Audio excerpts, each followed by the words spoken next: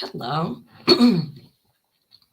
Debbie Frankel, I wanted to get on here and talk today about reaching the age of a deceased parent. Um, because it has, I wanted to do this because it's not something that people talk about a whole lot, at least to each other. And yet I think that it's a little more common than we think that it is. I looked up this term of, especially when I was going through this a few years ago, and people refer to it as death anxiety, except that the definition for death anxiety, which is also actually called thanatophobia, just fear of death, and when I looked it up, that didn't really cover it for me. I was like, predatory death anxiety or existentialism, which I was like, oh, it's kind of existential, but it didn't fully kind of define or talk about what I was going through, and what many people, several people that I've talked to about it. It became something that my mom died when she was 60. And in fact, actually, she died in October, which was 141 days after she was 60. And that became significant to me. I wanted to know exactly, as I approached 60, of how much, quote, time that I had left. And my circumstances were completely different than my mom's. My mom had liver cancer and died actually very quickly after being diagnosed. And so I wasn't dealing with that, but it didn't make sense. But we also know grief doesn't make sense, right? So I started kind of thinking about. I did a lot of writing that week or that year of how much time that I had left, and it started giving me a really different perspective of my mom. I was 32 at the time that my mom was died at 60, and that seemed, at 60. I remember actually when my mom died, people would say, "Oh, your mom was so young." I think she was 60. I have to say, as I approached 60, I was like, wait a minute, that was kind of young.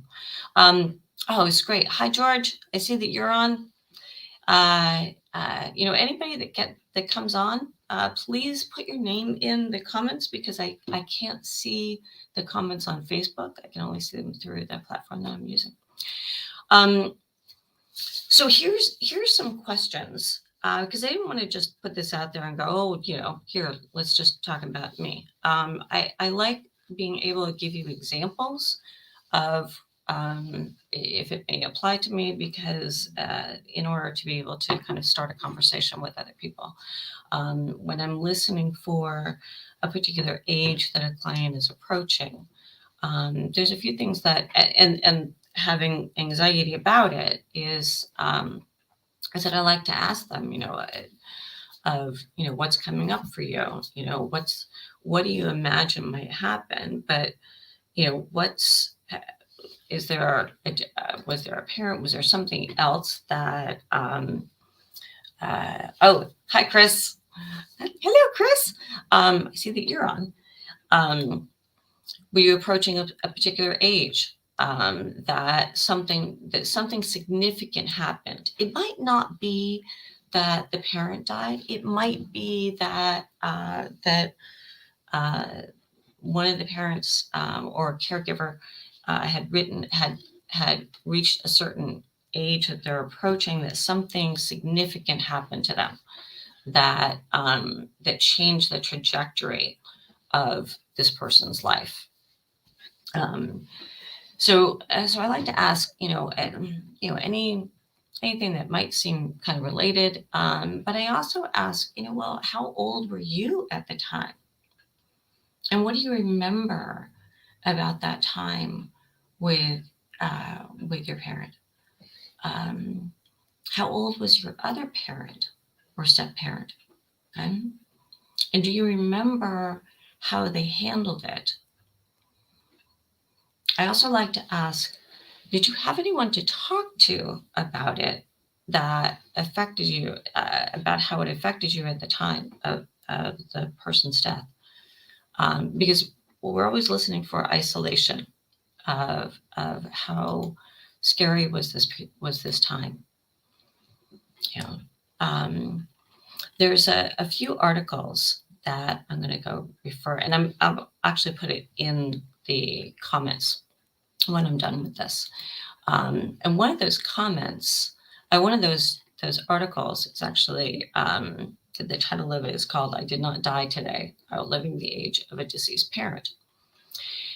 And what caught my eye when I was reading this is this is written by Amanda Dybert, and it's in medium.com, but I will put the link in when I'm done. And she writes that that she was counting the days, which I was like, oh, that's really interesting. I've seen other. And in her article, she said that her mom had died when she was 35. And that this person who was writing the article said, well, now that I'm 35, I have a new appreciation also for just how young that truly is. And she says, well, actually, she died 10 days before she turned 36. And she said when she did the math, she said 10 days before this woman's birthday, which was on November 10th, she said 10 days before is October 31st. And that she was able to find some lightness in that. Actually, she said a very dark humor that she would be the exact same age that her mom was when she died, but would be Halloween, and that she would outlive her on the Day of the Dead. So I think that it can be helpful to talk with the person that's going through this of what do they imagine might happen on that day? What do they want to have happen on their birthday or on that specific date that they are dreading? How do they want to? Is there some ways that they want to bring that parent in? I think it actually really begs for the need. It really opens up this need for the person to have a conversation with the person that's gone, because there's all of a sudden there's a new perspective. And I think when somebody gets a new perspective, especially in the future of they realize, oh, there's a whole bunch of things that they didn't get to say to them. So instead of saying, why don't you write a letter and bring that into session next week? I don't say that. I ask them, you know what? I wonder if I invite you, when you come in next time or later on, if we have time in the session, I say, would you like to write something now? It doesn't have to be a long thing. It can be, a short note, but what would you want to say? Sometimes I'll get them some prompts of, dear mom, dad, grandparent, whoever that person is that they're having that reaction about. I want you to know. Or when I think about what happened, I want to tell you, as I approach the age now, I realize. So, and here's something else that I also like to ask is how old is the client's children? Because it might be that their children are approaching an age of a significant event, and that they were when they were kids. And so maybe their kid is going to be approaching, I think somebody I had been working with was talking about when their kid turned 14, is that we know it brings up a lot of that old stuff for us when we were that age. And so that's another thing to be asking about. I will put this out there is it might not be the age of a deceased parent. It could also bring up a whole lot of other stuff of when a younger child grows to the age of the sibling that or the first child who had died. One child died at 22, and when the younger child starts reaching that age, um, that that is also a really vulnerable time. So I put this out there, and I hope it gives you some stuff to think about.